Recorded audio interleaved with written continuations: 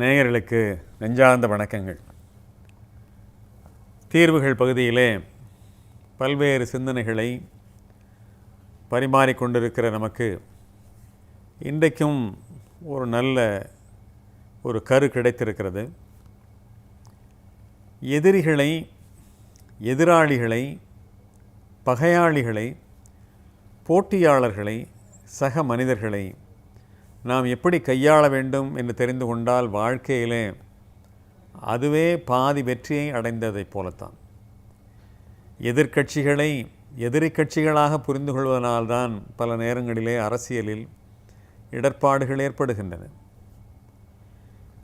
எதிரிகளை கையாளுகிற விதம் வேறு, எதிராளிகளை கையாளுகிற விதம் வேறு. எதிராளி என்றால் எதிரே அமருகிறவர், அவர் எதிரியாக இருக்க வேண்டும் என்கிற அவசியமில்லை.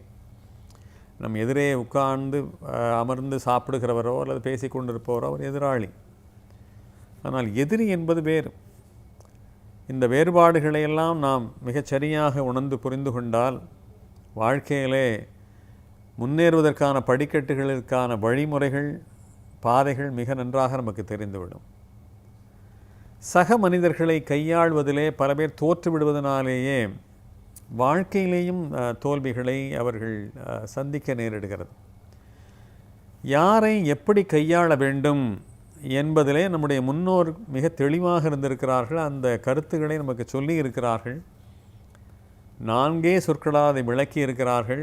இன்றைக்கு உளவியல் ரீதியாக பார்த்தாலும் சரி, அறிவியல் ரீதியாக பார்த்தாலும் சரி, அவர்கள் சொல்வதை மறுக்க முடியாத அளவிற்கு இன்றளவும் எவ்வளவோ நவீன உளவியல் கருத்துக்களெல்லாம் வந்துவிட்டன. எவ்வளவோ சிந்தனையாளர்கள்லாம் தோன்றிவிட்டார்கள். ஆனாலும் நம்முடைய முன்னோர்கள் சொன்னதை மறுக்கக்கூடிய திராணியற்றவர்களாகத்தான் இன்றைய கருத்துக்களோ இன்றைய மனிதர்களோ இருக்கிறார்கள். அப்படி என்ன வலுவாக சொல்லியிருக்கிறார்கள்? புதிதாக நான் ஒன்றும் சொல்லப் போவதில்லை, எல்லோரும் கேள்விப்பட்ட ஒரு விஷயம்தான். சாமபேத தான தண்டம் என்பது ரொம்ப கேள்விப்பட்ட மாதிரி இருக்கும், தெரிந்த மாதிரியும் இருக்கும். ஆனால் எத்துணை பேரால் இதற்கு சரியான விளக்கம் சொல்ல முடியும் என்று பார்த்தால் பெரும்பாலும் ஐயப்பாடு தான். எல்லாம் தெரிந்ததை போன்ற வார்த்தைகள் தான்.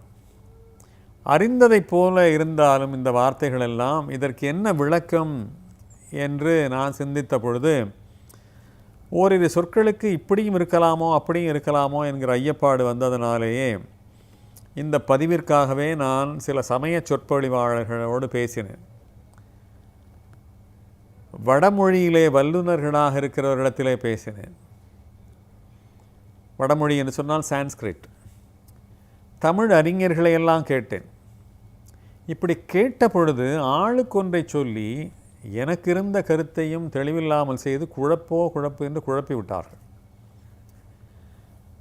நான் பார்த்தேன், ஒரு பெரிய ஊடகத்திலே, ஒரு சக்தி வாய்ந்த நம்முடைய ஊடகத்திலே ஒரு தவறான கருத்தை, தவறான பொருளை நாம் சொல்லிவிடக்கூடாது என்பதனாலே நன்கு ஆராய்ந்து இந்த துறையிலே மிக வல்லவரான ஒருவரிடத்திலே கேட்டேன். அவரும் கூட உடனே சொல்லாமல் நான் பார்த்துவிட்டு சொல்லுகிறேன், ரெஃபர் செய்துவிட்டு சொல்லுகிறேன் என்று சொல்லிவிட்டு ஒரு நாள் அவகாசம் எடுத்துக்கொண்டால் பரவாயில்லை என்று சொன்னேன். அவரோடு கலந்த பிறகுதான் என்னுடைய கருத்தையும் கலந்துதான் இந்த செய்தியை நான் உங்களுக்கு சொல்லுகிறேன். நம்மோடு முரண்பாடு கொண்டவர்கள், நம் மீது கோபப்படுகிறவர்கள், நம் மீது உணர்ச்சி வசப்படுகிறவர்கள், நம்முடைய ஆளுகைக்கு உட்பட்டவர்கள், இவர்களையெல்லாம் கையாளுகிற விதம் பற்றி நம்முடைய முன்னோர்கள் சொன்ன உத்தியான சாமபேத தான தண்டம் என்பதற்கான விளக்கத்தை தான் உங்கள் மத்தியிலே சொல்லப் போகிறேன். அப்படித்தான் நாம் படிப்படியாக ஒன்றை அணுக வேண்டும் என்று சொல்லுகிறார்கள். ஆனால் நாம் என்ன தவறாக புரிந்து கொண்டிருக்கிறோம், என்ன தவறாக பலர் செய்து கொண்டிருக்கிறார்கள் என்று சொன்னால், முள்ளை முள்ளால் எடுக்க வேண்டும். நான் கேட்கிறேன், இது என்ன பழமொழி? நெருப்பை நெருப்பால் அணைக்க முடியுமா? நாம் அணுகுமுறைகளிலே நமக்கு சௌரியமானதை பிடித்து கொள்கிறோம். முள்ளை முள்ளால் எடுக்கலாம், உண்மைதான். ஆனால் நெருப்பை நெருப்பால் அணைக்க முடியாது. அப்படியானால் மாற்றாக ஏதோ ஒரு வழி இருக்கிறது. வன்முறையை வன்முறையால் அடக்கிவிட முடியுமா?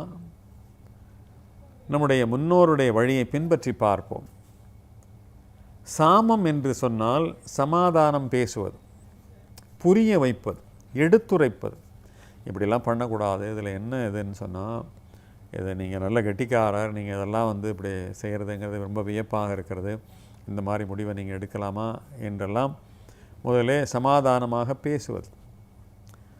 அதன் பிறகு பேதம், முரண்படுவது. நீங்கள் செய்கிறது கொஞ்சம் கூட சரியில்லை, இந்த மாதிரி நீங்கள் வேகம் போனீங்கன்னா அது விபத்தில் தான் முடியும். இது ரொம்ப தவறான அணுகுமுறை. அந்த எதிராளியினுடைய மனப்பக்குவம் அப்படி, இந்த எதிர் அணியினுடைய காட்சி அப்படி, களங்கள் அப்படி. அதில் நீங்கள் இந்த மாதிரி அணுகுனீங்கன்னா அது இது டெஃபினட் கிராஷ் தான், இது மோசமான விபத்தில் முடியும் என்று எடுத்து சொல்வது. தானம் என்று சொன்னால் எல்லோருக்கும் புரிகிறது. ஏதேனும் அவர்களுடைய மனம் மகிழும்படி அளிப்பது, அது தானம் என்று சொன்னாலும் விஷய தானமாக இருக்கலாம், அது பாராட்டாக கூட இருக்கலாம், ஏதேனும் அன்பளிப்பாக கூட இருக்கலாம். இப்படி பார்க்கிற பொழுது நம்முடைய முன்னோர்களே லஞ்சத்தை சொல்லி கொடுத்துருக்கிறார்களோ என்று கூட நினைக்க தோன்றுகிறது. தானம் கொடுத்து சரி பண்ணிங்க எதிராளியே. 30 ஆண்டுகளுக்கு முன்பாக அரசியலிலே ஒரு சம்பவம் நினைவுக்கு வருகிறது. அந்த காலத்திலே ஒரு கவிஞர் அந்த காலத்தில் பதவியில் இருந்த முதல்வரை மிக கடுமையாக சாடினார். அரசியல் மேடைகளிலேயும் சரி, ஊடகங்களிலேயும் சரி, எழுத்து வடிவிலேயும் சரி கடுமையாக தாக்கினார். இவன் இப்படி இந்த போடுகிறாரே என்று எண்ணிக்கொண்டிருந்த பொழுது அப்போதைய அந்த பதவியில் இருந்த மிகப்பெரிய அரசியல் தலைவர் இந்த கவிஞருக்கு ஒரு மிகப்பெரிய பதவியை கொடுத்தார். அவ்வளவுதான்.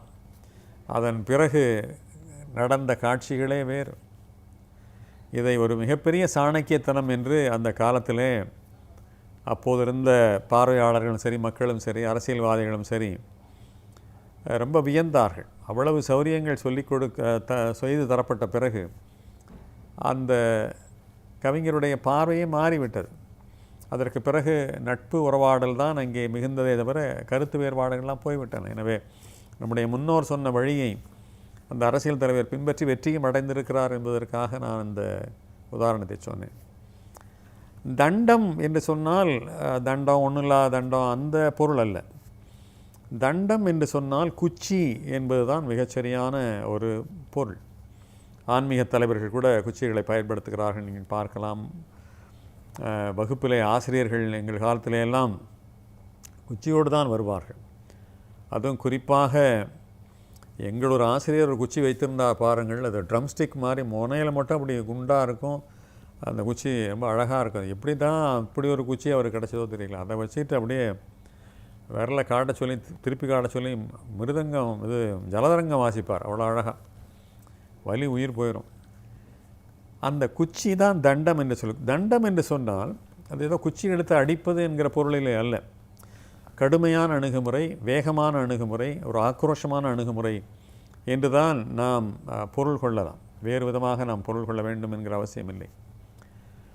எனவே சாமம் என்று சமாதானமாக பேசுவது, வேதம் என்று முரண்பாடான கருத்துக்களை எடுத்துரைப்பது, அதற்கு பிறகு அன்பளிப்புகளை தந்தவரை சரி செய்வது, அதற்கு பிறகு தண்டம் என்கிற முறை மூலம் நாம் அவர்களை அணுகுவது. ஆனால் நம்முடைய சமுதாய வாழ்க்கையில் என்ன நடக்கிறது என்றால், எடுத்த எடுப்பிலேயே மக்கள் தண்டத்திற்கு போய்விடுகிறார்கள்.